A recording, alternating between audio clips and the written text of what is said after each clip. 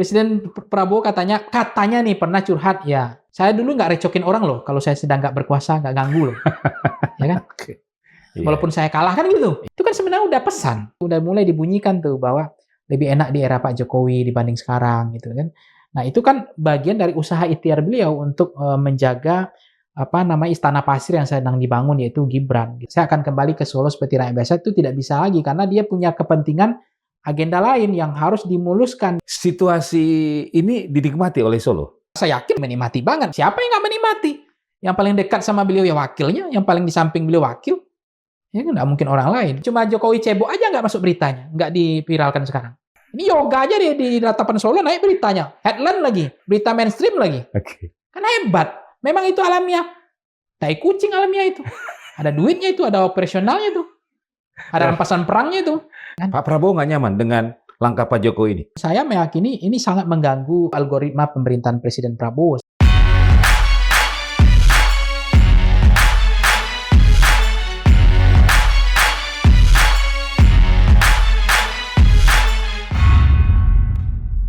Assalamualaikum warahmatullahi wabarakatuh. Sobat Madilog, alhamdulillah kita bersua kembali, dan di episode kali ini kami akan menghadirkan perbincangan bersama seorang pengamat politik yang baru saja meraih gelar doktor. Ini terkait dengan safari politik yang dilakukan oleh Presiden ke-7 Republik Indonesia, Insinyur Haji Joko Widodo. Langsung saja saya sapa, sudah hadir di studio Direktur Eksekutif dari Voxpol, Dr. Panggy Sarwicaniago. Terima kasih. Selamat dulu Pak Dokter. Sama-sama, terima kasih dan banyak. Oke, dokternya ngambil spesialis apa? Ya sebenarnya saya spesialis dalam perilaku pemilih. Oke. Dan voting behavior dalam konteks ini bukan perilaku cacing, tapi perilaku manusia dalam memilih. Baik dalam konteks saya spesialis nanti itu di pemilu presiden sama pemilu legislatif. Oke, dari Airlangga Surabaya? Iya, Universitas Airlangga Surabaya. Penelitiannya itu kuantitatif. Dan tidak banyak sih penelitian kuantitatif kan dari 300. Oke. Saya doktor ke 389. Oke, baik. Kita masuk ke soal safari politik dari Pak Jokowi. Nah, ada catatan apa dari seorang Dr. Panggy Sarwicaniago setelah Pak Jokowi keliling ke berbagai daerah? Iya, beliau kan meyakini bahwa sejauh ini pertemuan tatap muka, face to face itu, say hello itu belum ada yang bisa menggantikan. Meskipun ada mazhab lain bahwa ada juga orang yang nggak tatap muka, nggak ketemu, tapi menang juga dalam konteks pemilu legislatif, pemilu pilkada gitu. Tapi saya mencermati masih meyakini bahwa pertemuan tatap muka ini beliau meyakini akan menjadi ladang elektoral gitu. Untuk memastikan pertama bagaimana Kaisang bisa tetap jadi presiden, Gibran ya. Saya koreksi, Gibran bisa tetap jadi presiden dan bisa atau wakil presiden, kemudian PSI menjadi partai parlemen. Kan itu target beliau sebenarnya. Yang lain itu kan hanya bonus-bonus saja, gimmick aja.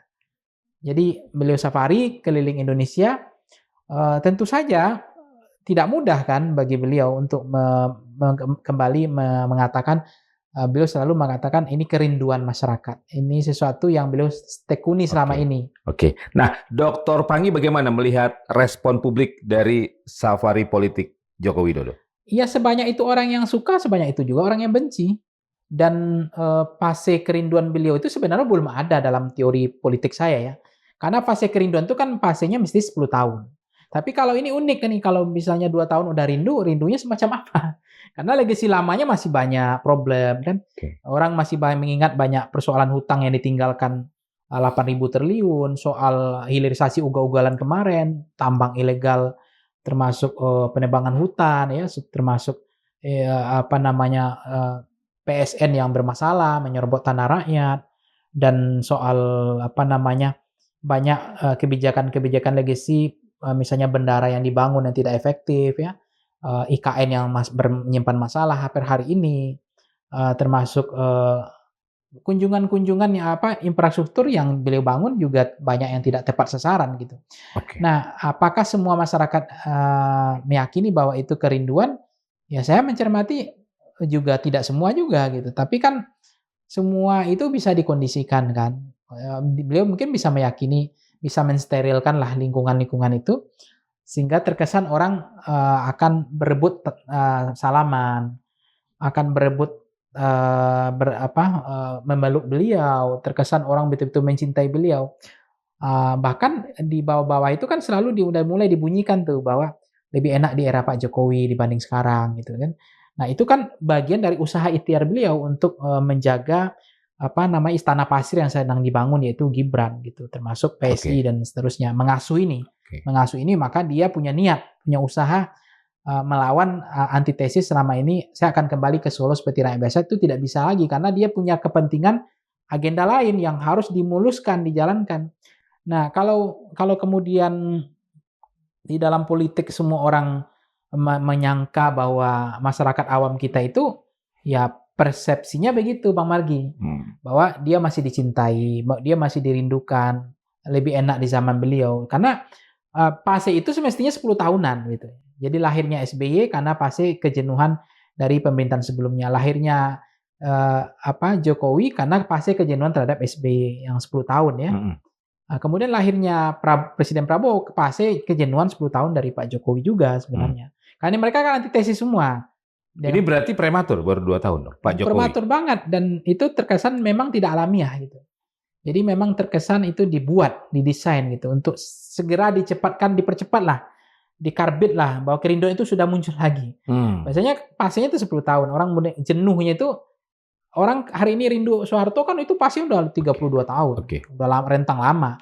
Ada kerinduan orang terhadap SBY itu pastinya nanti kan kayak AHY, tapi kan itu pun butuh waktu dan proses. Orang kerinduan terhadap SBY karena waktu itu di kekuasaannya di era Megawati dan seterusnya. Jadi tapi saya meyakini Pak Jokowi ini beliau sangat punya kepekaan politik yang cukup matang gitu. Jadi beliau memahami betul apa yang diinginkan masyarakat, apa yang dirindukan masyarakat, apa yang dibutuhkan masyarakat. Penjelasan itu dia punya gitu. Misalnya setiap dia kunjungan pasti dia bawa sembako, dia bawa uang, dia bawa baju. Kenapa? Karena masyarakat kita rata-rata pendapatannya 28% di bawah 700.000. Itu di bawah 28%. Belum yang tidak sekolahnya juga cukup banyak. Masyarakat yang tidak yang tidak pakai baju anti peluru juga banyak. Artinya sangat mudah didesain oleh pencitraan, serangan udara, operasi media dan agenda-agenda framing sampling itu sangat mudah terpengaruh. 88%. Dan dia juga tahu masyarakat kita kesulitan, makanya dia selalu bagi amplop ya, bagi sembako. Perut orang Indonesia ini lapar. Jadi artinya soal perut lapar itu nggak bisa didiskusikan dan dia paham itu kebutuhan itu. Makanya setiap dia bertemu kan tidak semua orang karena rindu, ada juga ingin bajunya. Ketika berebut tanda tangan atau berebut salaman atau berebut foto bisa jadi karena ada sembako atau karena amplop banyak gitu. Dan itu dipahami oleh Pak Jokowi dan dia ngerti tentang selera pemilih rakyat Indonesia. Menurut Dr. Panggi, pesan apa yang ingin disampaikan Jokowi kepada pemerintahan Prabowo? Sebenarnya apa yang dilakukan Pak Jokowi setiap hari ini kan katanya ada 2 mazhab. Dia mengatakan ini tidak masalah karena dia hanya menghadiri undangan. Ini mengobati kerinduan. Kemudian ini adalah pertemuan tatap muka, belusukan yang sering beliau lakukan. Tapi di sisi lain, saya meyakini ini sangat mengganggu kinerja pemerintah juga kan, persepsi publik. Beliau mengganggu algoritma pemerintahan Presiden Prabowo sebenarnya. Jadi Presiden Prabowo hal-hal semacam ini sebenarnya nggak nyaman gitu. Tapi kan kalau politisi selalu menyatakan sebaliknya kan, bisa saja dia mengatakan ya nggak apa-apa, biarin aja. Sepanjang tidak mengganggu Gerindra, tidak mengganggu kekuasaan gitu kan. Pak Prabowo nggak nyaman dengan langkah Pak Jokowi ini? Iya kalau dari saya, ini keyakinan saya. Tapi kan tidak bisa dibuktikan, hanya bisa dirasakan. Karena nggak bisa membuktikan perasaan orang, gitu kan. Cuma saya melihat gelagat-gelagat itu kan akan kelihatan, gitu. Apalagi baru 2 tahun ya. Iya 2 tahun tiba-tiba beliau sudah seperti menampilkan seperti raja, gitu. Dielu-elukan, kemudian memainkan ilmu mazhab lama, tradisi mazhab Michigan School, bukan mazhab perilaku pemilih. Bukan Fiorena atau ini mazhab perilaku pemilih made in Indonesia gitu yang suka dengan kasihan ya, underdog effect, terzolimi, ditolak di mana-mana. Itu kan dikonversi betul sama dia menjadi sentimen elektoral kan. Nah, termasuk dia memahami betul orang Indonesia itu sangat mudah kasihan gitu ya. Dan itu selalu ilmu-ilmu mazhab lama ini, tradisi lama ini akan beliau tetap pertahankan untuk mengambil sentimen publik gitu. Jadi menurut Dr. Panggi tidak elok langkah yang dilakukan oleh Pak Jokowi ini dan belum pernah dilakukan oleh mantan presiden sebelumnya. Iya, problemnya coba tunjukkan sama saya, ada nggak dalam sejarah mantan presiden yang sibuk belusukan seperti ini, ya, yang justru mengganggu algoritma kerjanya pemerintah, gitu kan? Nah, kan yang beliau rindukan nanti kan adalah bahwa kan sebenarnya pesan beliau sederhana, saya itu lebih dicintai rakyat loh dibanding presiden sekarang gitu. Saya masih dirindukan loh. Saya punya basis massa yang nggak main-main. Kan itu pesan beliau ingin sampaikan. Kalian yang sebelumnya menghina, memaki saya, ternyata yang merindukan saya masih banyak gitu. Cek ombaknya, testing the water-nya kan begitu. Pesan itu ingin munculkan selain memang tadi bonusnya adalah bagaimana memastikan Gibran tetap menjadi presiden atau wakil presiden dan PSI lolos menjadi partai yang diperhitungkan ke depan sebagai berarti kekuatan itu politik. bagian dari upaya untuk menopang Gibran di 2029. Iya, tidak ada pilihan.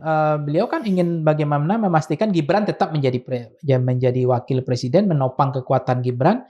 Kekuatannya itu partai politik gitu ya. Dan untuk apalagi besok kan parliamentary president threshold udah 0%. Artinya peluang beliau untuk betul-betul serius di situ akan menggarap ini akan lebih serius. Karena kan bagi beliau sudah kebayang nih setelah nggak ada Prabowo gimana kontestasinya. Beliau kan akan membaca bagaimana tingkat popularitas, likabilitas maupun tingkat keterpilihan gitu. Jadi hal-hal semacam itu akan beliau baca gitu. Jadi nanti ketika kita kekosongan, nggak ada lagi figur, nggak ada lagi sosok, kan akan kembali seolah Gibran akan menjadi penting dalam peta politik Indonesia.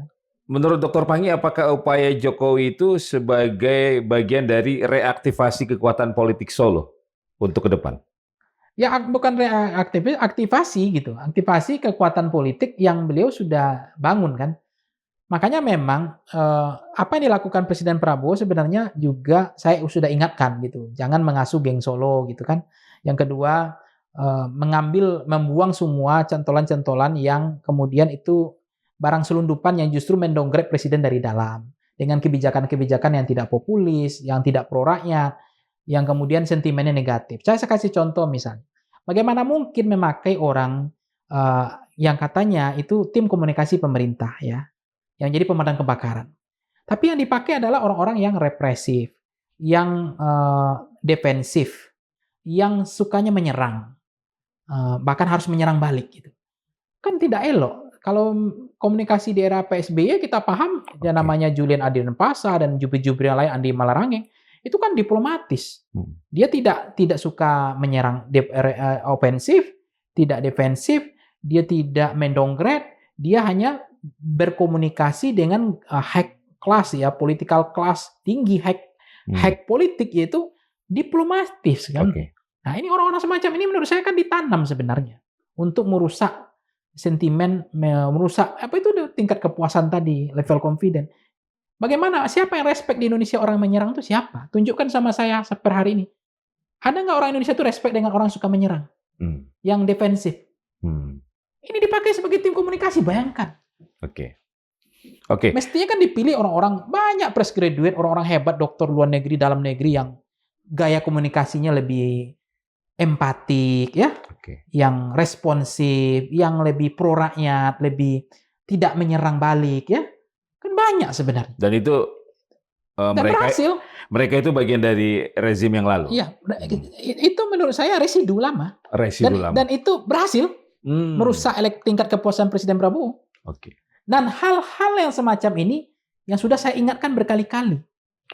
Makanya menurut saya, kalau saya sederhana, berkuasa itu adalah merebut kekuasaan, mempertahankan kekuasaan. Mempertahankan kekuasaan itu tidak mudah kan.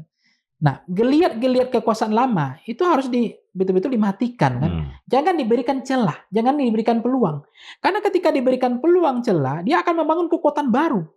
Dan itu dahsyat sekali, bisa mengganggu kekuatan utama. Jadi diberikan ruang gerak untuk membangun kekuatan baru, membangun kekuatan politik barunya. residu-residu lama ini. Dan itu sangat berbahaya, bermain api sebenarnya. Prabowo tahu. Ya tahu, tapi kenapa Presiden Prabowo masih meyakini? Apakah memang karena Presiden Prabowo mazhabnya adalah orang yang suka mengakomodir semua kepentingan politik, beliau itu suka persatuan, tidak mau terpecah-pecah, beliau ingin menggalang semua kekuatan politik, beliau ingin mengakomodir semua kekuatan politik, beliau orangnya mazhabnya persatuan, nasionalisme, merah putih, kebangsaan, tidak mau ada terpecah-pecah, kan begitu. Nah, kalau saya dituduh kan pemecah belah, dituduh adu domba. Padahal saya sudah ingatkan, di dalam kekuasaan tidak bisa main-main. Kalau kita nggak, ibarat saya pernah bilang di sini, kita lintas Sumatera saja bawa mobil kalau lebaran. Kita harus tahu betul kapan harus menyalip, kapan tidak disalip. Musibah terbesar itu adalah disalip orang di tikungan. Nah, hal-hal semacam ini bisa terjadi dalam politik, karena dalam politik itu tergantung cuaca, tergantung momentum, peluang. Nah, itulah yang kemudian ketika memberikan residu menjaga kekuasaan-kekuasaan lama ini tetap hidup dan justru membangun kekuatan baru. Nah, nanti itu yang kemudian saya kasih contoh misalnya. Andaikan kalau sekarang orang-orang yang dipelihara, yang sumber kekuasaan legitimasinya pada rezim lama ya, pernah dilantik, pernah dibesarkan, Bang Margi nggak akan lupa orang-orang yang pernah melantik Bang Margi. Itu sumber kekuasaan utama kita. Nah, orang-orang itu masih berkuasa hari ini. Tiba-tiba mereka mundur semua. Di vacuum of power nggak pemerintahan ini? Karena nggak dibangun cepat kekuatan baru gitu untuk merekrut orang-orang penting untuk mengisi pos-pos strategis ini. Kekuatan-kekuatan penting gitu. Menteri-menteri yang betul-betul loyalis, tidak hanya sekedar loyalis, tapi punya kompetensi, punya kapasitas, dan mampu mengatasi masalah yang hari-hari dihadapi rakyat gitu. Nah, statementnya selalu pro rakyat gitu. Misalnya hari ini, bagaimana mungkin saya bisa memahami? Tolong berikan penjelasan kepada saya. Listrik mati tiap hari di daerah. Apakah itu tidak merusak tingkat kepuasan terhadap Presiden Prabowo? Kalau saya misalnya menjadi presiden, saya pastikan kalau Anda matikan lampu tanpa ada penjelasan setelah itu di daerah, itu merusak trust saya, merusak kepercayaan publik. Besok saya pecat Anda. Ini tiap hari tidak tahu penjelasannya. Kita masih bersyukur Jabodetabek ini tidak mati karena kita sudah ultimatum kan. Tapi kan masih di daerah masih ada pemadam bergilir loh. Masih susah mendapatkan pertalit loh. Antrinya minta ampun masih banyak. Yang mereka harus antri sampai dari subuh. Karena memang barang itu nggak ada, langka, susah. Jangan lihat Indonesia, jangan lihat Jabodetabek deh. Sekali-sekali kita harus keliling Indonesia. Atau jangan-jangan makanya saya sarankan Presiden Prabowo, sekali-sekali pergilah keliling ke SPBU di Indonesia. Udah cek langsung aja di situ. Jangan tunggu laporan penjilat ini. Karena pembantu-pembantunya ini juga punya kesetiaan lama. Nggak loyal gitu. Nah, maksud saya, dulu Soeharto pernah melakukan itu, SBY pernah melakukan itu. Langsung beliau turun, mengecek harga-harga kebutuhan pokok, tanpa harus menterinya melaporkan gitu. Apa yang sebenarnya terjadi empirik objektif di lapangannya. Betul, bagaimana terjadi kelangkaan BBM, bagaimana soal subsidi-subsidi itu tepat sasaran, harga-harga sembako itu betul-betul turun atau tidak. Langsung presiden sendiri yang percaya diri gitu, bahwa beliau ingin melihat fakta sebenarnya gitu. Supaya tingkat kepuasan presiden ini, approval rating presiden ini minimal tidak memalukan gitu. Maksudnya kita sekarang kan melihat apa yang terjadi, ya menurut saya ya apa yang dikatakan oleh jubir hari ini, saya sangat kecewa gitu. Tidak ada kelasnya sama sekali. Komunikasi politik. Komunikasinya bukannya menyelesaikan masalah, bukan jadi pemadam kebakaran, tapi dia menjadi masalah dari masalah komunikasi itu sekarang. Baik. Kembali ke geng Solo. Bagaimana Dr. Pangi melihat pernyataan Mas Kaisang yang akan nyalek untuk Pileg 2029? Pesannya apa sebenarnya? Iya, kan kalau nyalek di Jawa Tengah ya ingin menyandang. Kan kami udah kandang gajah bukan kandang banteng ini. Kami kan bertarung dengan kandang banteng kan gajah kan gitu. Ya kita lihat saja, dan itu hak asasi dia kok. Setiap warga negara boleh mencalonkan diri. Tetapi ingat, PSI itu sudah punya strategi politik yang betul-betul menurut saya nggak kaleng-kaleng dan serius itu. Akan mengambil basis-basis penting itu. Memastikan kursi-kursi yang terpilih di dapil itu udah dihitung. Dan saya konon cerita saya dapat transfer pemain aja bisa tidak ya. Bisa ratusan puluhan miliar katanya transfer pemain itu. Saya juga habis pikir, kok bisa ya orang yang udah di partai tertentu, udah jadi anggota DPR, udah jadi wakil ketua komisi atau apa, tiba-tiba berhenti. Kan butuh penjelasan logiknya, gimana penjelasannya ke saya gitu loh. Tiba-tiba pindah ke partai yang belum ada kepastian. Nah itu yang canggihnya kok bisa orang pindah seperti itu. Pasti Belum ada tawaran yang lebih menarik kan? nggak mungkin orang Mas Margi aja misalnya di sini tiba-tiba jadi disuruh jadi host lagi, dapat gaji yang lebih worth it lagi, pasti ditinggalin di sini kok. Orang kan bicara tentang ya itu logik, itu common sense. Penghasilan lebih menjanjikan, ada sesuatu yang harapannya lebih menjanjikan gitu. Nggak mungkin orang ini karena ini masa lalu pasti ada masa depan, ya kan? Atau bisa menyelamatkan? Nggak tahu, tapi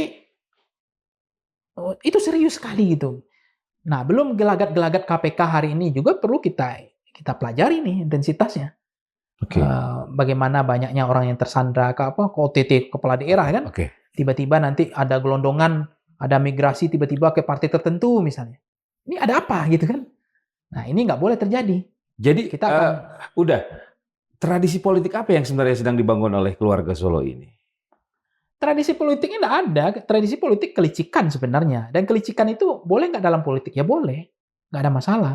Karena ini soal merebut kekuasaan kan, mempertontonkan kekuasaan beliau bahwa beliau masih punya pengaruh yang besar. Gitu. Kelicikan sebenarnya. Tapi itu kelicikan dalam arti ya bagaimana memastikan semuanya dinastinya problem-problem masa lalu beliau tidak bunyi, aman semua, ya kan? Sekarang saya kasih contoh ya. Coba berikan penjelasan sama saya. Bagaimana mungkin ini logik, masuk akal nggak? Orang yang sudah nerima amplop ya, udah di OTT orangnya, barangnya udah bukan 1 kali 24 jam, udah 12 hari, bahkan ada yang sebulan, ada yang seminggu. Bahkan katanya amplop pun dibalikin belum utuh. Yang Raja Semak Belukar ini nggak bisa disentuh oleh KPK made in Jack katanya. Yang panselnya dibentuk di akhir kepengurusan dia sebagai presiden. Harusnya pansel hari ini itu adalah KPK hari ini adalah hasil pansel yang dibentuk oleh Presiden Prabowo. Sehingga KPK itu dalam kendali Presiden Prabowo. Kejaksaan dalam kendali Presiden Prabowo dan seterusnya. Kenapa? Karena dia panglima. Tapi bagaimana penjelasannya tiba-tiba di akhir masa jabatan dia maksa bentuk pansel baru untuk memilih komisioner baru, lahirlah seperti persepsi publik mengatakan KPK made in Jokowi. Ketika dalam pemberantasan korupsi punya intensitas konflik kepentingan. Private jet pernah dengar nggak? Ya. Hilang. Blok Medan hilang. Ada kemarin kepala dinas ditangkap semua di Sumatera Utara katanya, tiba-tiba begitu gubernurnya hilang. Bukan di Sumatera Utara, pokoknya bukan Sumatera Utara, pokoknya Indonesia bagian utara gitu lah. Ya. Supaya aman kita ini kan. Kita kan nggak pernah sebut nama orang, ya kan? Nanti, tiba-tiba ada yang udah nyerahin amplop, mensreanya jelas, ya kan? Nah, sementara yang OTT yang kepala daerah ini barang yang nggak diapa, ambil. Saya khawatir ini, aman masuk aja partai ini, partai gajah bos, aman kita nih. Gawat ini kalau begini KPK nih. Ya. Begitu partai gajah aman gini bos, ini fakta loh, nggak disentuh, nggak di-orange kan, mensreanya jelas, uang diterima ada. Coba bayangkan, coba berikan saya supaya saya masuk akal nih gitu loh, supaya saya yakin bahwa ini memang saya itu ada kebencian gitu loh, tapi nggak disentuh gitu. Jangankan bicara berangkas, bunker, ini amplop. Ya, oke. Kemudian apalagi penopangnya dari dinasti Solo ini? Ya itu tadi kekuatan-kekuatan politik yang sedang dia bangun kan, itu serius gitu. Jadi saya di satu sisi hebat juga nih gitu, cara bagaimana beliau untuk menyusun sisa kekuasaan lama dia, kemudian diberikan ruang, kesempatan, dia dimanfaatkan betul kesempatan yang diberikan itu untuk membangun kekuatan baru. Oh dahsyat memang, luar biasa. Jadi saya melihat kekuatan beliau, saya kasihannya, saya ingin bagaimana Presiden Prabowo jangan diganggu, itu saja sebenarnya. Tetap beliau bisa mengurus rakyat ini, karena saya masih percaya di dalam pemberantasan korupsi Presiden Prabowo jauh lebih baik daripada yang sebelumnya, ya kan? Dalam agenda pemberantasan korupsi. Tapi yang terjadi justru hari ini kewalahan gitu. Karena menurut saya ada kesetiaan lama, ada kesetiaan baru, tidak ada loyalitas ganda gitu. Dan orang-orang ini diberikan ruang terus. Tidak pernah ada yang menurut saya berharap itu digergaji semua.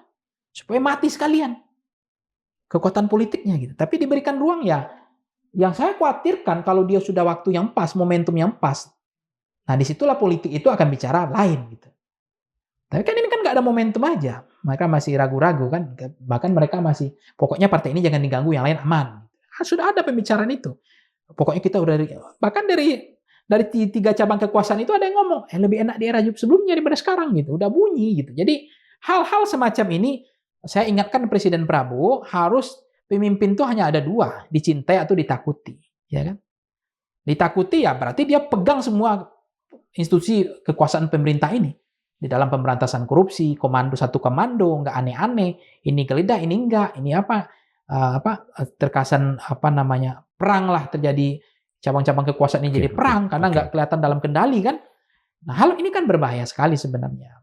Jadi ditakuti oleh orang gitu. Yang kedua dicintai. Nah, kalau presiden selalu dihujat, dimaki, dibully terus, pidato selalu salah dan dibiarkan terus, maka akan tergerus kekuasaannya. Kenapa? Karena dia tidak dicintai sama rakyatnya. Maka modal menjadi presiden sebenarnya itu sederhana sekali. Pertama, trust, kepercayaan publik dia harus dijaga, sentimen publik dijaga tentang pro rakyat. Yang ketiga, dia menjaga, memastikan tidak ada yang membenci, memaki, membuli beliau. Supaya dia tetap dicintai sama rakyat. Tetapi tadi itu memastikan bagaimana sembako tetap murah, harga-harga terkendali, kesehatan kita, BPJS kita nggak ada yang rakyat dikorbankan. Kayak kemarin tuh harusnya presiden marah. Ada orang potong aja urat nadinya. Itu kan sedih banget. Gitu. Nggak boleh ada begitu kan dalam mereka rakyat Indonesia. Bagaimana prinsipal kita menjaga melindungi segenap tumpah darah Indonesia? Mentang-mentang BPJS kemudian dia disuruh potong nadinya. Gila ini. Nirempati. Nirempati, bajingan, bangsat semua ini. Begini cara ngelola negara ini. Kalau dia pakai nggak BPJS baru diurus gitu. Nggak boleh ini. Dr. Pani, hal-hal yang begini. Situasi ini dinikmati oleh Solo? Saya sepertinya rasa yakin saya menikmati banget. Apalagi sudah turun ketika kepuasan. Katanya begitu. Saya nggak tahu turun atau enggak ya. Faktanya. Katanya turun kan. Ya mungkin ya siapa yang nggak menikmati? Yang paling dekat sama beliau ya wakilnya. Yang paling di samping beliau wakil. Ya nggak mungkin orang lain. Jadi apakah memang ada upaya-upaya yang nyata dari Solo untuk membuat distrust terhadap Presiden Prabowo? Upaya nyata yang terukur itu adalah orang-orang yang lama itu masih ada sekarang ditanam di dalam. Tetapi kebijakan yang pro rakyat, keberanian dia untuk mengubah persepsi publik atau sentimen orang, membawa harapan kepada Presiden Prabowo tidak terjadi gitu. Yang Justri ngomong salah, minta maaf, ya kan? Yang terjadi tim komunikasinya menyerang terus, rakyat disalahkan terus. Kemudian pidato Presiden kurang diarahkan untuk bagaimana membangun empati. Karena menjadi presiden itu kan gampang, memenangkan hati rakyat, menjaga perasaan rakyat. Empati kepada rakyat, jangan menyalahkan rakyat, ya kan? Kemudian presiden harus berusaha bagaimana memastikan harga-harga layanan dasar terpenuhi gitu. Pertalit yang nggak susah di lapangan, gas nggak gampang, murah, sembako murah, kan? Pendidikan murah, kemudian kesehatan murah gitu, bahkan digratiskan. Saya pernah berapa podcast itu viral, bahkan penontonnya hampir 4 juta, minta BPJS digratiskan. Hampir 3.000 sampai 5.000 komentar mendukung saya. BPJS itu digratiskan aja. Yang saya pernah bilang di Cina, di Tiongkok itu, di sini atau di mana itu? Yang yuan 1 yuan hanya di 13.000, hanya itu aja yang mereka bayar. Nggak ada premi-premi. Kan premi ini sama dengan asuransi nih. Nggak ada premi-premi, hanya bayar sekali ketika mereka sakit, ditanggung oleh negara. Itu layanan dasar begitu aja udah dahsyat efek. Orang akan puas. Dan negara mampu. Negara mampu. Berapa sih iuran premi yang dipungut itu? Sampai nggak 2-3 triliun? Saya bilang pada itu. Masa negara nggak punya 2-3 triliun? Kenapa harus dipungut dari rakyat? Rakyat sudah bayar pajak ini, pajak mobil, pajak motor, pajak kendaraan ini. Masa masih dipremikan asuransi BPJS? Maksud saya, orang-orang seperti ini vitamin bagi presiden. Obat bagi presiden. Karena kita sayang sama presiden. Mengingatkan presiden agar kekuasaan beliau ini jangan direcokin, jangan diganggu. Beliau berkuasa 5 tahun, ini baru 2 tahun. Ya kan? Kelihatan banget misalnya. Siapa yang mengganggu? Ya semuanya tidak bisa dibuktikan, tapi kan bisa dirasakan. Tiba-tiba viral video Agustus lama. Itu kan terstruktur itu, sistematis. Bahkan teman-teman saya WA saya, di Jakarta aman nggak bos? Kan ternyata itu bisa dihidupkan lagi video-video lama Agustus itu kan. Nah, Londo Ireng itu kan memang presiden yang salah, diksi perasa, saya sudah ingatkan. Kalau nggak, jauhkan aja presiden dalam pidato dulu dalam setahun ini kan. Tiba-tiba ada penemuan senjata di sekolah begitu ya. Iya. Nah, presiden juga nggak tahu apakah memang udah buat konteks di luar konteks, tapi pidatonya juga akhirnya merobohkan kepercayaan publik. Dr. Panggi, celah-celah yang ada di Presiden Prabowo itu dibaca dan dimanfaatkan oleh Solo. Beliau memahami betul apa yang menjadi kelemahan. Presiden Prabowo kan dianggap polos. Jarang turun ke masyarakat. Kan itu yang dimanfaatkan beliau untuk turun ke masyarakat. Karena presiden tidak menyapa rakyat. Presiden tidak turun. Bahkan presiden lebih parah dulu sebelumnya. Saya udah ingatkan, ternyata presiden dengar. Hentikan kunjungan yang tidak prioritas ke luar negeri. Karena itu akan merusak. Karena Gus Dur jatuh karena sering kunjungan ke luar negeri. Akhirnya dia dengar nih. Itu kan menurut saya jangan-jangan nggak ada yang ngingatin tuh. Justru disuruh terus, Pak, ke luar negeri, ke luar negeri. Saya keliling Indonesia aja terus, Pak. Ini kan desain alamiah ini. Serius ini. Siapa yang melakukan ya nggak tahu. Karena saya nggak bisa nanti dituduh membuktikan orangnya. Tapi dalam politik itu tidak ada yang alamiah, sebab ada gerakan, ada operasinya, dan ada desainnya, ada otak intelektualnya. Gitu. Jangan anggap main kunjungan di sini presiden nggak berhenti kunjungan, ini keluar negeri terus. Ini yang wakilnya kunjungan terus, menyapa rakyat terus. Itu dahsyat loh, nggak bisa dianggap remeh itu. Dengan suprastrukturnya yang memadai, dia sebagai wakil presiden, rajanya juga kunjungan, ya kan, anaknya juga kunjungan. Keliling Indonesia terus menyapa, menyalami rakyat, say hello, menyerap aspirasi. Masyarakat awam kita ini, dia pendidikannya lemah. Yang tamatan kuliah itu hanya 0,0 sekian. Total yang pendidikan tinggi Indonesia hanya 13%. 80% masyarakat awam yang mudah ditembakkan dengan pencitraan. Buktinya apa? Orang berenang-berenang aja elektabilitasnya tinggi sekarang. Orang yang ngasih amplop, mau naik sepeda, habis itu goyang-goyang, kamu naik ke Alphard, naik elektabilitasnya, ya kan? Tiba-tiba memunculkan empati, sedih melihat, enggak, ini bukan kebijakan, bukan program, humanisme, populisme, sentimen, kasihan sama orang ini, dikasih bantuan, naik. Ini masyarakat Indonesia itu enggak sebayang kita bayangkan masa pemilih yang bukan mengatakan tidak cerdas, mereka perutnya lapar, mudah terpengaruh oleh pencitraan, ya. Yang tadi itu pura-pura berebut salaman itu bagi mereka itu kerinduan, padahal itu dibuat juga, belum tentu juga. Tiba-tiba yang di waktu nonton bola di Sumatera Utara beda. Saya akan lawan kata orang di situ kan, belum tentu. Karena bisa saja nggak dikondisikan kan. Nah, hal-hal semacam ini Presiden Prabowo dianggap polos mungkin ya.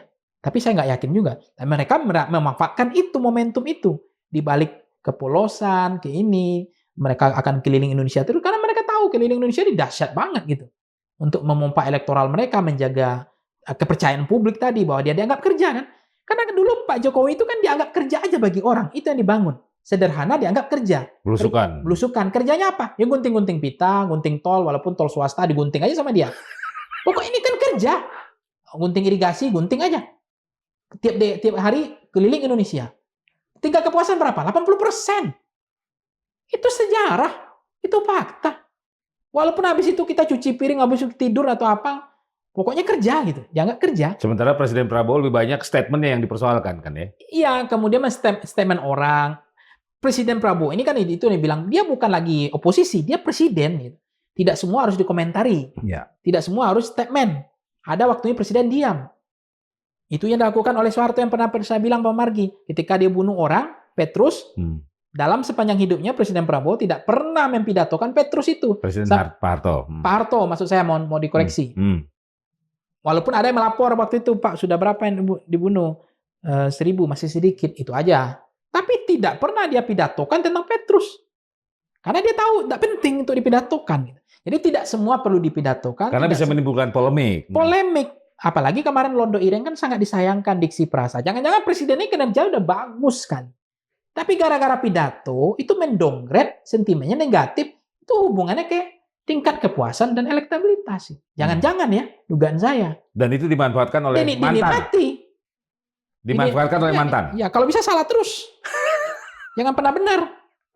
Ya. Nah, hal-hal semacam ini, sebenarnya kalau saya, ini beres Indonesia ini, presidennya beres ini sebenarnya. Gampang ini ngurus Indonesia. Ke masyarakat awam 80% ini yang dipahami Pak Jokowi. Dia nggak ngurus yang kita ini, yang kritis ini. Yang ketika ditembakkan peluru, pakai baju anti peluru, dia nggak ngurus. Kalian nggak usah lah ngurus. Saya kan yang butuh 88% ini. Yang kasih amplop, yang sembako, yang kasih baju kaos. Beasiswa. Nah, yang ketika dikondisikan ada shooting, ada set, langsung didesain.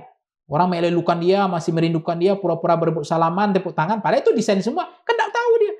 Yang penting 88% ini. Kan dia butuh yang 88%. Itu yang dipahami canggihnya Presiden Jokowi di situ per hari ini. Tentu dia mengerti dengan perut yang lapar hari ini. Maka kemana-mana dia pasti bagi sembako, bagi amplop. Dan sumber daya masih dimiliki juga ya? Infrastruktur masih dimiliki. Jangan-jangan kabinet sekarang itu kan hampir, jangan-jangan ya, 50% lebih masih kesetiaan lama gitu. Ya kan? Karena nggak ada pembenahan. Jadi bagi... Atau memang Presiden Prabowo juga kewalahan mencari orang sumber daya yang dia miliki juga masih kurang gitu loh. Kan bingung nih semua, misalnya kalau orang loyalis Pak Jokowi semua kemarin yang urusan dengan Kementerian Keuangan dan seterusnya mundur semua, kan repot ini. Vakum juga pemerintahan jadi bingung. Atau tim ekonomi. Ya tim ekonomi mundur semua, ternyata tim ekonomi kesetiaan lama semua kan. Nah, mundur semua, kan kewalahan juga karena nggak punya sumber daya manusia juga, kan nggak gampang juga cari orang. Resapel siapa orangnya, kan itu. Mungkin di situ sekarang gagapnya. Lagi bingung. Menurut Dr. Panggi, sejumlah menteri di kabinet Prabowo, itu tuannya ada 2? Ya, lihat aja lah. Masih ada nggak orang yang pergi ke Ratapan Solo itu sekarang? Ya, melapor-lapor itu kan. Baik secara langsung maupun tidak langsung. Ya, dahsyat itu. Setiap kunjungan Pak Jokowi aja sekarang sambutan udah seperti presiden saya lihat. Oke. Dan mereka-mereka itu mungkin tidak memberikan sumbangsi ya? Dalam bentuk nyata ataupun sembunyi-sembunyi? Iya, nggak tahu sih, tapi intinya sih begini, kalau sumbangsi atau ada atau tidak, ini memang mereka ini kan merasa, ya mereka merasa juga penyesuaian ya. Kalau presidennya Prabowo ya kita loyal ke Prabowo kan begitu. Cuma melihat gelagat-gelagat sampai orang-orang lama ini ketika ketemu Pak Jokowi yang sampai saya lihat itu saya lihat ini ada apa gitu loh. Hanya bisa itu kalau dalam bahasa Minang hanya Salong yang bisa menjawab. Meskipun misalnya kita lihat di beberapa acara pernikahan, gestur dan responnya tuh terlihat sekali ya, udah terlihat sekali. Bagaimana ini sejarah pertama dalam Indonesia yang dikatakan semua mantan presiden akan menjadi lamdak, akan jadi bebek lumpuh dan akan ditinggalkan oleh kekuasaan. Tapi pada Pak Jokowi rumus ini, mazhab ini, tradisi ini tidak berlaku. Patah. Patah di tengah jalan. Pertama kalinya. Kan itu canggih. Nah, ada apa? Memang dia pintar, hebat. Ngomong aja saya orang deso, saya orang kampung, saya nggak ngerti apa-apa, saya orang bodoh, kan gitu terus. Tapi otak politiknya, kelicikannya luar biasa. Dan itu sah nggak? Boleh nggak? Ya nggak apa-apa, boleh. Nggak ada yang salah juga. Setiap orang ingin berkuasa selamanya sampai mati, sampai kiamat juga nggak masalah kok. Itu kan usaha, ikhtiar. Dia juga maju lewat instrumen demokrasi kok gitu. Kenapa Anda salah-salahkan beliau? Nanti kan saya dituduh ke sana. Dia juga dipilih rakyat kok. Dr. Panggi, kalau kita melihat mantan presiden kan Pak SBY juga kan sering turun juga. Apa bedanya Pak SBY dengan Pak Jokowi? Bedanya nggak ada bedanya, sama aja, sama-sama turun. Tapi yang satu tetap pencitraan, satu udah sesuai dengan aslinya, itu aja. Ya kan? Apa adanya kan? Nggak perlu diudarakan semua ya kan? Turun-turun aja. Tapi kan ngotot maunya. Kalau orang mau ngotot mau diudarakan, ada clippernya, ada algoritmanya, ada buzzernya, influencer itu memang nggak ada apa-apa di situ. Berarti ngotot pasti ada maunya kan? Pak SBY tidak melakukan itu? Sampai biasa aja. Beliau salaman, datang kan? Nggak perlu dijadikan sebagai komunitas elektoral kan? Ya kita paham kok ujungnya ini. Meskipun Pak SBY punya putra mahkota juga kan? Iya. Tapi nggak segitu-gitu amat gitu ambisinya. Normal aja. Mungkin SBY kan masih merindukan Agus Harimurti Yudhoyono ketua umum sekarang kan dia hanya merasakan efek kerinduan terhadap SBY aja kan. Dan menurut saya itu berjalan secara alami aja, nggak ada yang menjadi menonjol sampai menjadi mengganggu pusat pemerintahan Presiden Prabowo, nggak ada gitu loh. Makanya saya nggak tahu ada statement itu atau tidak, bisa iya bisa tidak, tapi bisa dibuktikan. Presiden Prabowo katanya nih pernah curhat ya, saya nggak tahu bisa disampaikan atau tidak. Saya dulu nggak recokin orang loh, kalau saya sedang nggak berkuasa, nggak ganggu loh, ya kan? Walaupun saya kalah kan gitu. Iya. Ini bisa ya bisa tidak ya, ada statement itu atau tidak. Tapi kan itu kan sebenarnya udah pesan. Pemberitaan dia lebih besar daripada yang sedang berkuasa. Nanti buzzer ngomong, ya ngapain Anda salahin Jokowi? Dia diambil berita, apa yang cuma Jokowi cebok aja nggak masuk beritanya, nggak diviralkan sekarang. Mereka memang pusat dari gratifikasi, pusat dari epicentrum gelombang popularitas itu kan. Yoga aja dia dimasukin berita, ya kan? Yoga gitu. Saya udah air terjun itu sudah begini, saya nggak ada nih berita kan. Udah mandi saya pakai sepeda itu. Ini yoga aja di Ratapan Solo naik beritanya. Headline lagi, berita mainstream lagi. Kan hebat. Memang itu alamiah. Tai kucing alamiah itu. Ada duitnya itu, ada operasionalnya itu. Ada rampasan perangnya itu.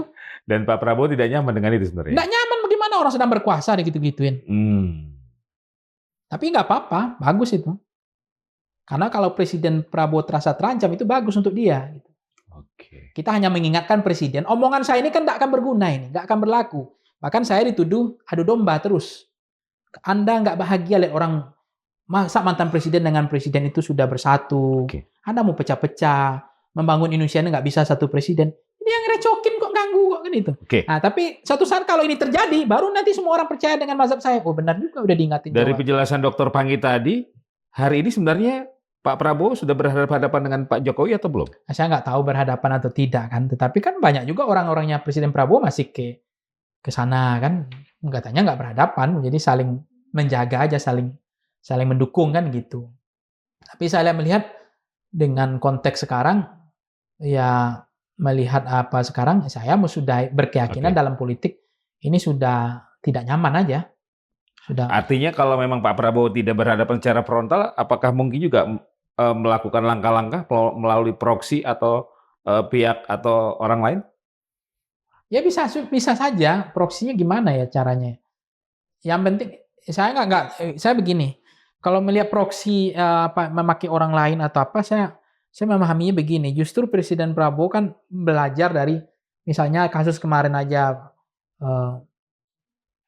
Beliau kan mencoba terus ya membangun misalnya kasus kemarin yang banker kemarin yang Febri itu kan FH ya. Nah, itu kan juga bagian dari sisa-sisa lama, residu lama itu kan. Nah, dibiarkan beliau kan, itu kan beliau bisa nyaman nggak nyaman kan dengan konteks seperti ini kan. Seperti tidak dalam kendali beliau kan semuanya terjadi. Nah itu kan udah menampakkan nyaman nggak beliau begitu. Kan dalam eranya Pak Jokowi nggak ada itu yang Kapolri, Jaksa, KPK, satu aturan napas itu, satu aliran napas, satu ngatur napas, sama-sama bernapas itu. Jadi nggak ada di luar kendali kan, seolah-olah kan begitu. Tapi di satu sisi juga orang melihat persepsi lain, mazhab lain, justru Presiden Prabowo membiarkan supaya kebuka semua, memberikan ruang. Tetapi seperti tidak dalam kendali gitu kan, penegakan hukum kita. Karena ada, ya seperti ada matahari kembar gitu loh. Kalau ada matahari kembar berarti yang rencokin, ganggu dong. Harus satu presiden, satu matahari. Supaya pemberantasan korupsi satu aliran napas. Itu loh lagi. Tapi itu tidak terjadi. Ya, lihat aja. Ya rabab aja lah. Tapi udah 2 tahun loh. Udah 2 tahun. Ya, mungkin 2 tahun mungkin masih memakai orang-orang rezim lama itu karena dianggap masih bisa bekerja untuk rakyat. Persepsinya. Tapi kan lihat aja hari ini tingkat kepercayaan publik ya, tingkat ini kayak tsunami kan turunnya. Nah menurut saya mau diresapel akhirnya nggak jadi gitu. Saya nggak tahu, tapi intinya sih boleh jadi 2 hal. Pertama, Presiden Prabowo menyadari ini tapi membiarkan dulu sampai pada akhirnya tahu aslinya gitu. Yang kedua, memang Presiden Prabowo sedang menyiapkan sumber dayanya untuk mengisi orang-orang penting ini gitu, untuk menggantikan orang yang tidak punya kapasitas tadi. Apakah bisa dikatakan hari ini Pak Prabowo belum terlalu percaya diri untuk menghadapi itu? Sehingga masih dalam proses penyiapan? Ya, kalau ilmu saya kan begini. Kalau orang udah percaya diri itu, sebenarnya beli bebek. Itu jadi sekali potong, udah bebeknya terbang, nggak ada lagi. Udah langsung kelepak-kelepak ke situ. Tapi kalau nyambil bebek ragu-ragu, bebeknya kita yang terbang, bebeknya juga terbang. Karena nyembelinya ragu. Karena napas bebek itu lebih beda dengan ayam potong gitu. Ayam petelur. Nah itu kan ragu beliau di situ. Atau beliau mazhabnya mazhab lama. Dia orangnya baik, Presiden Prabowo nggak mau terpecah belah. Beliau ingin semua kekuatan bisa disatukan, dia merangkul semua lawan-lawan politik, merangkul semua kekuatan oposisi. Beliau ingin Indonesia itu merah putih, semangatnya bersama. Tapi apa iya dalam politik begitu? Tapi kalau lawannya licik, bahaya Itu kan? kan problemnya kan di situ, kalau syukur baik semua. Kalau kemudian di tengah itu dimanfaatkannya, sisa-sisa itu dibangunnya kekuatan baru, karena tidak dimatikan kekuatannya, ruang-ruang tadi itu dimanfaatkan, kemudian muncul dibangun kekuatan baru, kemudian yang kekuatan inti kan bisa kempas itu. Kalau orang berkuasa kan ada kekuasaan lama tuh gunting semua, gergaji semua. Ya sekarang giliran saya yang berkuasa, udah selesai. Nggak ada matahari-matahari kembar. Ini kan persoalannya sekarang katanya penegakan hukum aja seperti ada matahari kembar. Terkesan nampaknya gitu, tapi nggak tahu ya, bisa ya bisa tidak juga. Sekarang apa kekuatan utama rezim Prabowo untuk menopang tadi? Ya untuk menopang itu dukungan rakyat. Saya akan minta begini, kalau suatu saat ada tekanan politik, ada chaos, disorder, ketidakteraturan politik, atau ada situasi yang tidak normal ya, dia masih didukung sama rakyat, itu yang penting. Oke. Tapi kalau rakyat pun melepaskan diri, nggak mau lagi pasang badan, nah itu musibah. Jadi apapun Presiden Prabowo nggak perlu khawatir dengan kekuatan, apa istilahnya tuh, kudeta lah ini, nggak perlu khawatir. Karena apa? Dukungan rakyat masih direbut. Termasuk di Agustus ini? Iya, itu isu-isu yang itu. Itu recehan, nggak penting. Kalau udah itu, kalau dukungan rakyat nih didapatkan, sentimen rakyat, karena dianggap membela rakyat, kepentingan rakyat diutamakan, menggergaji semua oligarki, sumber daya APBN betul digunakan untuk kepentingan rakyat. Siapa yang mau kudeta? Jangankan raja-raja tadi yang keliling, Panser aja nggak bisa kudeta. Orang rakyatnya berdiri di tengah jalan, mau dilindas. Ikut rakyatnya rindu cinta, nggak mau diganggu pemimpinnya. Itu harus dipastikan oleh Presiden Prabowo. Nah kalau ini terjadi hari ini gimana? Ada nggak rakyat yang sampai pasang badan mati untuk membela Presiden Prabowo? Untuk menjaga Presiden Prabowo? Syukur-syukur ada. Bisa juga tidak, karena sentimennya negatif. Nah itu akhirnya saya berharap Presiden Prabowo, momentum yang terbaik beliau untuk mengevaluasi itu semua, memulihkan kepercayaan publik, membangkitkan animo kepercayaan publik kembali. Itu penting, karena kalau rakyat lapar itu keamanan, tapi kepercayaan itu masih ada, itu masih modal. Jadi modal utama, backbone, tulang punggung dari kekuasaan itu adalah dukungan rakyat, kepercayaan rakyat. Jadi Pak Prabowo harus mengambil hati rakyat. Itu yang harus ditambahkan. Sementara perilaku menterinya, pejabatnya, merusak rakyat, ngerecungin rakyat, ganggu rakyat, bahkan berhadapan, nyerang-nyerang rakyat, berhadapan dengan rakyat. Bahkan jubirnya aja, tim komunikasinya aja, kerjanya serang balik katanya.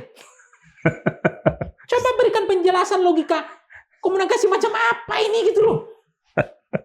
Serang balik aja katanya. Pemerintah juga punya hak untuk nyerang balik. Coba di mana ilmunya nih? Ilmu ratapan Solo ini. Oke, selain membuat kebijakan yang pro rakyat dari sisi komunikasi politik, apa yang harus dilakukan oleh Pak Prabowo? Waspada, hati-hati. Harus jaga-jaga. Presiden harus menjaga diri karena saya gelagat itu nggak tahu ya. Tapi Agustus ini aja, berarti kan ada yang memainkan ini isu-isu begini. Padahal nggak ada apa, nggak tahu masalahnya apa kan. Tapi rakyat tetap sangat mudah hari ini kan mengakses, karena tantangan Presiden Prabowo berat. Katanya. Usul Dr. Panggi dulu kan puasa pidato, ya kan? Ya, saya berhenti pidato untuk sementara. Kan kayaknya nggak jalan tuh. Itu memang Pak Prabowo yang mau atau ada yang mendorong? Nggak tahu, saya harusnya kemarin katanya ada teksnya dibuat tapi nggak dibaca gitu kan. Karena tapi Presiden juga pernah ngomong gini, nggak, saya bodoh amat gitu, saya nggak peduli. Saya ngomong mau terstruktur, sistematis, pura-pura baik. Ngapain? Saya mau ngomong apa adanya. Iya betul, apa adanya, itu hati nurani. Saya lebih senang begini. Tapi masyarakat awam kita yang milih elektabilitas, kepuasan. Kan ini harus dilihat juga gitu. Walaupun Presiden Prabowo, saya mau ngomong apa adanya. Nggak ada masalah, itu oke. Tapi di rakyat Indonesia itu pencitraan kok semua. Oke. Mana ada itu kerjanya, ada sekarang elektabilitasnya katanya tinggi ini. Cuma naik-naik sepeda ontel, goyang-goyang gitu, pindah ke Noi apanya udah langsung elektabilitas melambung gitu. Karena pencitraan sekarang kan semua kan. Jadi itu yang harus diperhatikan oleh Pak Prabowo. Ya bagaimanapun tetap pencitraan. Kenapa? Masyarakat Indonesia itu masyarakat awam. Paling tidak gaya komunikasi. Gaya komunikasi ya. Walaupun kita nggak itu sebenarnya, tapi tetap aja kita menghormati bahasa-bahasa rakyat. Bahasa rakyat itu bahasanya Pak Jokowi. Jokowi adalah kita itu. Saya wong deso, saya wong bodoh, Oke. saya ikut prihatin gitu-gitu. Oke. Saya nggak ngerti Jangan apa-apa. terlalu tinggi ya. Jangan, apalagi pukul-pukul apa. Kalau bukan karena saya, ini rakyat nggak suka. Masyarakat awam. Pidato-pidato heroik itu juga harus dievaluasi. Evaluasi. Ya gunakanlah bahasa rakyat. Gitu. Karena kan yang milih kan rakyat, bukan yang lain, bukan siluman, bukan jin, bukan setan, rakyat yang milih. Ya artinya gunakanlah bahasa rakyat gitu. Nggak ada susahnya jadi pemimpin pejabat. Berarti Indonesia. menurut Dr. Pangi, Pak Prabowo kurang merakyat? Ya kalau bahasanya saya lihat kan yang terjadi seperti Presiden Prabowo belum menempatkan diri sebagai presiden kan, seperti seolah oposisi kan, suruh menyerang kan, itu yang jadi problem. Mestinya presiden, saya sebenarnya begini karena sayang sama Presiden Prabowo, memberikan kritik gitu. Karena apa? Ini kan dia dipilih secara reguler, secara demokratis 5 tahunan. Ya bagaimana legitimasi 5 tahun itu bisa berjalan maksimal. Dan ketika ada yang mengganggu begini kan kita nggak nyaman juga kan. Apalagi beliau masih ada pembelaan terhadap rakyat kan, kerja-kerjanya untuk rakyat. Apa contohnya ya kan? Kan masih beliau lakukan. Misalnya kemarin beliau memastikan pertalite tidak dinaikkan, ya kan? Itu kan patut kita syukuri. Konkret. Ya, cek kesehatan gratis masih dilakukan. Itu kan masih bagus untuk rakyat. Rakyat memang butuh cek kesehatan gratis. Tapi Kopdes ini gimana? Kan masih dipertanyakan, bisa nggak butuh rakyat misalnya. Atau MBG masih sebagian dibutuhkan, tapi dilihat prioritas. Banyak hal-hal misalnya keberpihakan sama beliau sama rakyat kan masih kelihatan sebenarnya. Tetapi blunder-blunder juga mesti dilakukan. Masih akhirnya terjadi. Tertutupi semua kebaikan yang keberpihakan beliau terhadap rakyat, misalnya bagaimana memastikan kepentingan rakyat itu tetap terjaga. Oke. Terima kasih Dr. Pangi Sarwi Caniago. Sobat Madilog, demikian perbincangan kami bersama Direktur Eksekutif Voxpol, Dr. Pangi Sarwi Caniago, terkait tadi di awal kita membahas gerakan politik dari keluarga Solo dan dampaknya terhadap pemerintahan Presiden Prabowo Subianto. Semoga bermanfaat. Saya Margi Sari pamit. Wassalamualaikum warahmatullahi wabarakatuh.